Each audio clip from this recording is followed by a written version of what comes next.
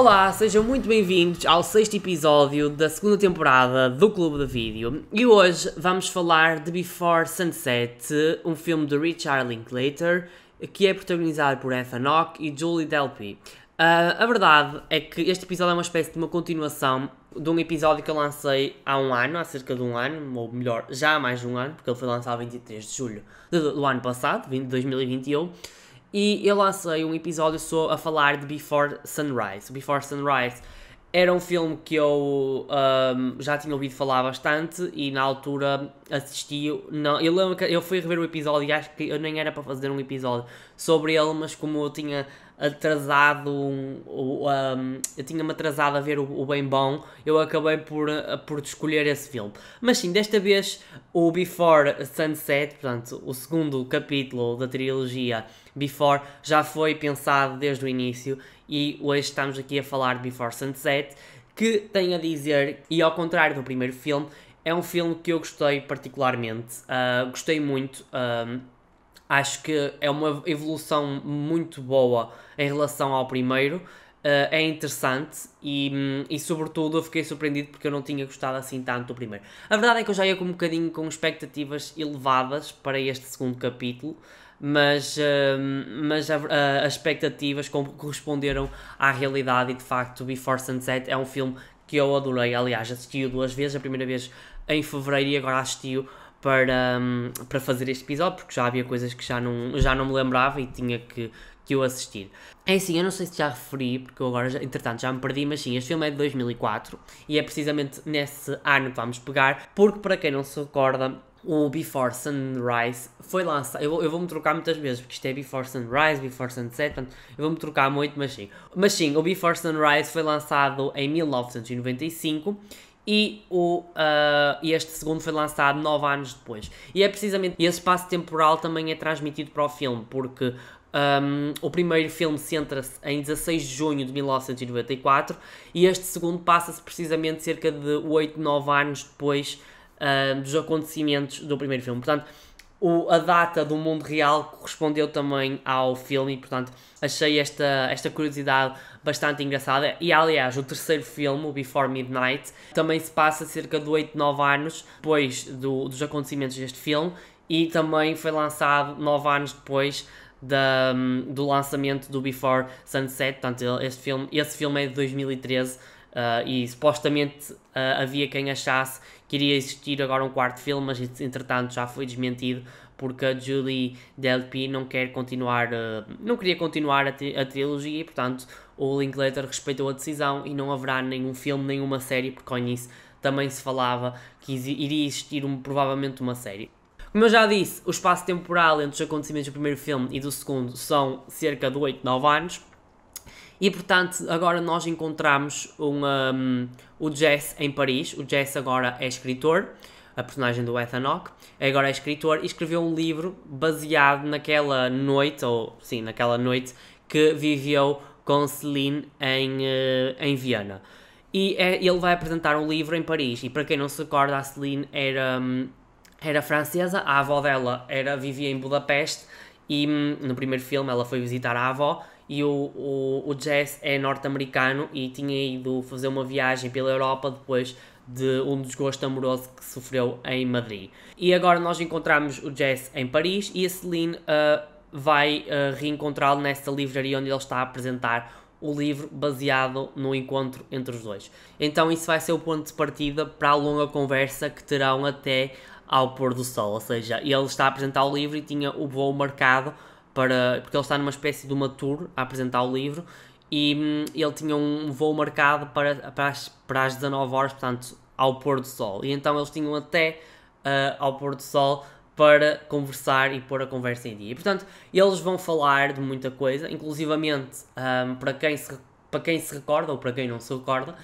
no final do primeiro filme é dito que eles comprometem-se a marcar um encontro para 16 de dezembro desse mesmo ano, ou seja, cerca de 6 meses depois daquilo que tinha acontecido naquela noite. Só que depois nós percebemos em conversa neste filme que esse tal facto não aconteceu porque a avó de Celine acabou por falecer e ela não conseguiu ir a Viena reencontrar-se com Jess. No entanto, Jess foi a Viena e tinha esperança de encontrar a Celine.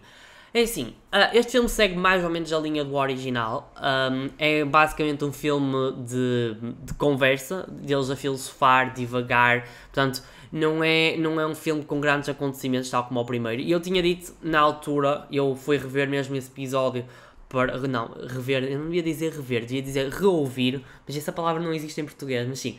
Eu fui rever esse episódio para perceber aquilo que eu tinha achado, porque já não me lembrava, sabia que não tinha gostado tanto do primeiro filme, mas já não me lembrava em concreto aquilo que eu tinha dito. E sim, eu por acaso tinha dito que eu gostei muito dos diálogos e os diálogos continuam a ser muito bem escritos, e os diálogos neste filme têm a particularidade de terem sido escritos pelos próprios protagonistas e também com a ajuda dos argumentistas do filme, o Linklater, que também é o realizador, e também Kim Creedon, que por acaso no episódio do Before Sunrise eu não referi o nome dela, erro meu, mas ela sim é uma das pessoas que escreveu o primeiro filme e também o segundo. E eu por acaso achei os diálogos muito ricos, à semelhança do primeiro, e acho que são muito naturais e até mais naturais do que no primeiro filme. Eu acho que flui tudo muito mais, é tudo muito mais natural, e é por isso que eu talvez tenha gostado muito mais deste segundo do que do primeiro. Por outro lado, eu também gostei muito mais deste filme porque eu sinto que os personagens tiveram uma evolução psicológica motivada pelos acontecimentos de quase uma década, mas também motivado pela herança que aquela noite lhes deixou. E depois eu daqui a um bocadinho vou explorar um bocadinho mais esta questão, particularmente quando eu referir duas cenas que eu acho que são muito importantes neste filme, e eles estão muito diferentes. Eu acho que houve uma evolução psicológica entre eles e isso ajuda a tornar o filme muito mais rico. Eu acho o Before Sunset muito mais rico que o primeiro e sinto que os personagens estão mais realistas e não tanto idealistas, e isso também faz com que eu goste deles, embora que eu acho que o Jess ainda está muito idealista, no sentido em que ele continua a pensar muito na Celine e continua a pensar muito naqueles se a avó da Celine não tivesse falecido, se aquilo e tudo mais, ou seja, ele continua muito esse lado muito idealista, e também diz que o mundo está bem de certa forma, mas a Celine acaba por ser uma personagem muito mais realista que o Jess, porque ela agora trabalha em questões ambientais, ela é ambientalista, e eu não percebi muito bem se ela é ambientalista, porque ficou ali um bocadinho meio dúbio, mas eu assumirei que ela é uma espécie de uma ambientalista, mas sim, ela trabalha na área do ambiente e ela afirma que o mundo não está melhor, e o Jess diz que não é bem assim, ou seja, percebemos que ela tem mais os pés assentes na terra do que propriamente o Jess, e eu gostei muito mais dessa evolução, porque eu senti muito no primeiro filme que eles eram demasiado idealistas e projetavam imensa coisa, e depois isso não era real, talvez um bocadinho também fruto da idade. Talvez quando nós somos mais novos nós idealizamos muito mais as coisas, e não podemos esquecer que eles no primeiro filme tinham os seus 20 anos e eles agora estão nos 30 anos, ou seja, evoluíram muito e viveram muita coisa, e este filme consegue projetar muito isso. Mas eu gostei muito mais desse lado realista e ajudou-me muito mais a entrar no filme e a perceber melhor os personagens de certa forma. Não que não os tenha percebido no primeiro filme, mas consigo percebê-los melhor neste segundo. Então, eu disse que ia referir duas cenas em particular, e acho que há duas cenas que eu gosto muito neste filme. Primeiro é a cena do barco. Eles estão a divagar pela cidade de Paris e o Jess vai querer embarcar num barco sobre o Sena. E então, essa cena tem diálogos bonitos, e eu por acaso tenho que referir uma coisa antes, que eu gostei quando o Jess aponta para a Notre Dame, e depois a Celine diz que o fim da Notre Dame terá que acontecer algum dia, porque já antes tinha existido uma igreja sobre o Sena naquele mesmo local. Eu por acaso achei isto curioso, porque depois nós sabemos perfeitamente o que é que aconteceu há cerca de 3 anos à Notre Dame.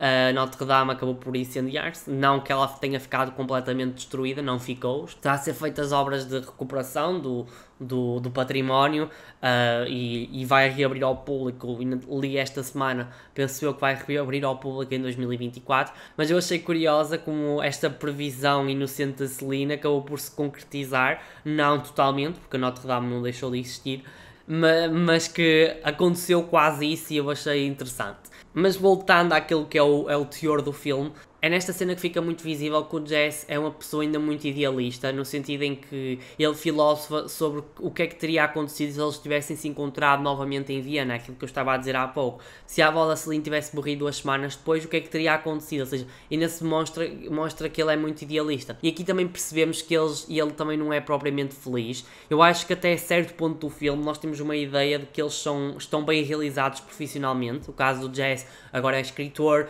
está a fazer uma tour por várias cidades do mundo.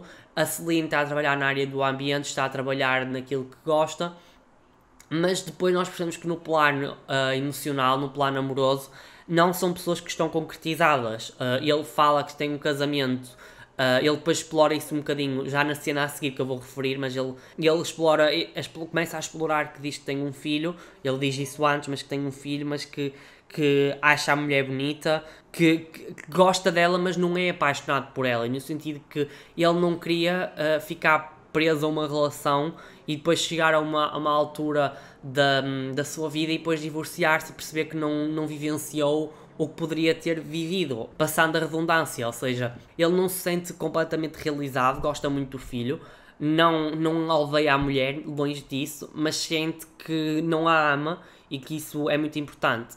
E depois há a cena a seguir que eu também queria referir, que é a cena do carro, que eu acho que vem no decorrer desta, e percebemos que é para mim a cena mais impactante do filme, porque a Celine também demonstra que também não é feliz, ou seja, ela foi marcada muito por aquela noite que viveu com o Jesse em Viena, sente que parece que deu todo o seu amor naquela noite e que só lhe restaram migalhas, porque ela agora namora, sim, tem um namorado, o Jesse também é casado, mas ela diz que não sente digamos, aquele fogo que sentia pelo Jesse e que sentiu naquela noite. Ela diz mesmo que parece que deu todo o seu romantismo naquela noite e que depois não restou mais nada. E eu acho que esta cena é tão profunda, até porque depois o Jesse refere que ainda sonha e que até mesmo no dia em que se ia casar esperava encontrá-la. E depois há uma cena curiosa, é que a Celine viveu durante algum tempo na América e ele diz que pensa ter visto uma pessoa parecida com ela na rua 13 de Brooklyn. E depois ela disse que vivia perto daquela zona, vivia na rua 11 de Brooklyn, uma coisa assim. E eu achei que foi sempre por escassos momentos que eles não se encontraram e que as suas vidas não se cruzaram novamente. E eu achei isto bastante interessante, que foi preciso esperar 8 anos para se voltarem a encontrar, e isso teve impactos na sua vida, ou seja, ela não consegue levar uma relação avante porque as suas relações acabam por falhar e todos os seus namorados acabam por casar, e o Jesse está preso a um casamento que não se sente feliz e que continua a sonhar com a Celine e continua a ser extremamente apaixonado por ela e que gostaria de ter tido filhos com ela.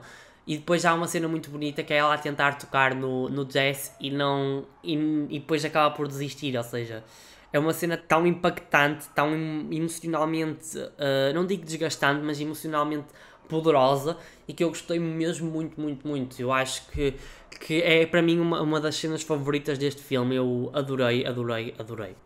Por acaso, é assim, como eu já tinha dito, os diálogos foram escritos em conjunto com os argumentistas originais, entre aspas. O Ethan Hawke e a Julie Delpy acabaram por também escrever os diálogos, mas eu, por acaso, eu estive a pesquisar, e eu já tinha dito isto no episódio de Before Sunrise, que o Ethan Hawke parte da sua vivência sobre o casamento de ser infeliz e que sonha com outras pessoas, isso aconteceu na realidade. Para quem não sabe, ele foi casado com a Uma Thurman, que para mim é uma das minhas atrizes favoritas, e com ela teve uma filha, a Maya Walke, que fez Stranger Things e também é uma atriz muito boa, também é filha de 2 atores muito bons, temos que ser sinceros.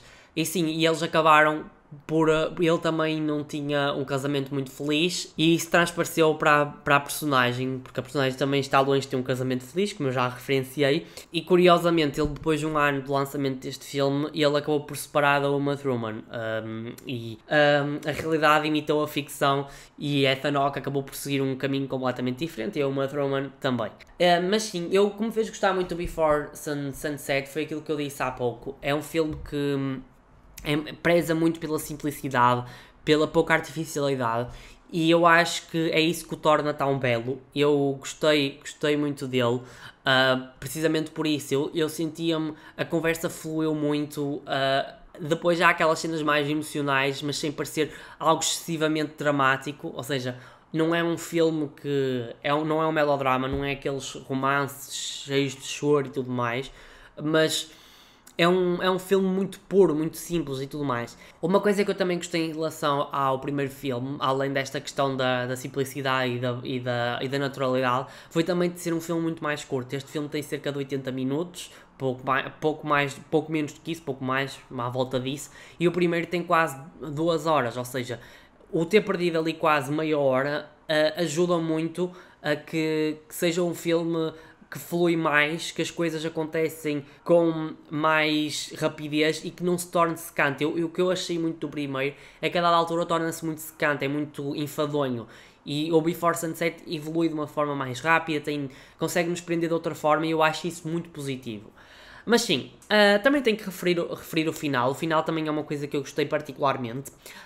O final termina de uma forma tão bonita e acho que eu tenho uma teoria sobre este final. Quando estão na cena do carro, a Celine diz que ela parece que perdeu tudo quando o Jess decidiu embarcar naquele comboio. E parece-me que quando ela diz para ele que tu vais perder esse avião, e depois ele diz que sabe, é de certa forma uma rendição da parte do Jess em querer lutar pela sua felicidade. Ele não é feliz e a Celine acaba por dizer que também não é feliz e que sente a falta dele. Eu acho que aquilo foi uma espécie de uma redenção e dar uma oportunidade à felicidade, de certa forma. Ou seja, ele consegue se redimir do facto de ter entrado naquele comboio e não ter ficado ao lado da Celine. Não que eu acho que ele tivesse a obrigação, porque eles tinham acabado de se conhecer, mas percebe-se que aquela noite foi bastante intensa e que foi uma noite que os marcou para toda a vida. E eu acho que ele percebeu isso anos mais tarde e este reencontro ele decidiu dar uma oportunidade à felicidade e decidiu dar uma oportunidade a ser feliz. Mas entende-se que da primeira parte ele não tenha ficado, porque o filme, para quem não se lembra, o Before Sunrise, começa com um casal na casa dos 40 a discutir, e eu acho que eles tinham de certa forma algum medo que isso acontecesse e que desperdiçassem as suas vidas. Mas eu acho que eles agora têm uma outra maturidade, reencontraram-se novamente, estão noutro ponto das suas vidas e acho que era hora de darem uma oportunidade à sua felicidade. E depois o filme também termina com a música da Nina Simone e é muito bonito o final. Eu adoro mesmo o final é muito simples. Dentro da linha que é o Before Sunset e o Before Sunrise, prima pela simplicidade e eu acho extremamente bonito. É assim, eu acho que adorei muito o Before Sunset. Acho que é um filme que eu gostei, que me consegui envolver muito mais do que o primeiro. E depois também sinto que consigo compreender melhor os personagens e não consegui-os compreender tão bem da primeira vez. É assim, eu recomendo assistir, obviamente. Eu até recomendo assistir muito mais este do que o primeiro. Vou ser muito sincero, mas obviamente vocês têm que assistir o primeiro para compreender o segundo. Portanto, isto é uma trilogia e eu agora vou ver se assisto o terceiro e quiçá daqui a um ano, na terceira temporada, faça uma temporada sobre Before Midnight e estaremos aqui. Mas voltando àquilo que eu estava a dizer, sim, é um filme que eu recomendo muito, muito assistir. É um filme bonito, tem diálogos extremamente bons, é um filme que vocês conseguem prender-se e eu consegui ficar muito mais interessado neste do que no primeiro, como já disse. E acho que vale mesmo muito a pena. São 80 minutos bem passados, que vocês vão sentir eu senti muito, eu não digo desgastado emocionalmente, mas senti que no final não era cansado, mas era de certa forma de certa forma fiquei com o coração, não é bem com o coração cheio, mas fiquei com o peito assim muito... Opá, eu acho que resumidamente é um filme intenso, é isto que eu quero dizer. Acho que intenso é que resume bem, e isso fez-me com que eu gostasse muito deste segundo capítulo. Acho que me consegui envolver muito mais, por isso eu recomendo imenso. Bem, feito todos os elogios e mais alguns a Before Sunset, resta-me só anunciar qual será o filme analisado no próximo episódio. Eu no próximo episódio vou analisar The Shining, que é um dos filmes de terror mais icónicos do cinema, e vou fazer uma espécie de uma comparação com o livro original do Stephen King, que também é uma das obras mais conhecidas dele. Eu sou muito fã do autor e vou fazer uma espécie de uma comparação entre o livro, que estou quase a terminar, e com o filme do Stanley Kubrick, que é muito polémico, o autor também não gosta particularmente dele. Portanto, eu vou fazer assim um trabalho assim bastante interessante. Eu já tenho assim projetadas algumas coisas, falta-me só passar para o papel aquilo que eu quero falar, mas é um episódio que eu vou fazer uma espécie de uma comparação entre o livro e o filme. E eu tenho pena de não fazer também a comparação com a série, porque eu sei que existe uma série em que o Stephen King decidiu fazer uma alternativa àquilo que o Kubrick decidiu fazer em The Shining. Bem, feita a análise do filme de hoje, já referi do filme daqui a 2 semanas, resta-me só vos desejar umas boas 2 semanas. Continuem a aproveitar este calor. É verdade, eu no próximo episódio já tenho 20 anos, portanto, no próximo episódio já tenho mais idade. Mas sim, já vou fazer faço 20 anos na segunda em que lanço esse episódio, ou seja, na mesma semana, na segunda da semana em que lanço o 7º episódio desta temporada.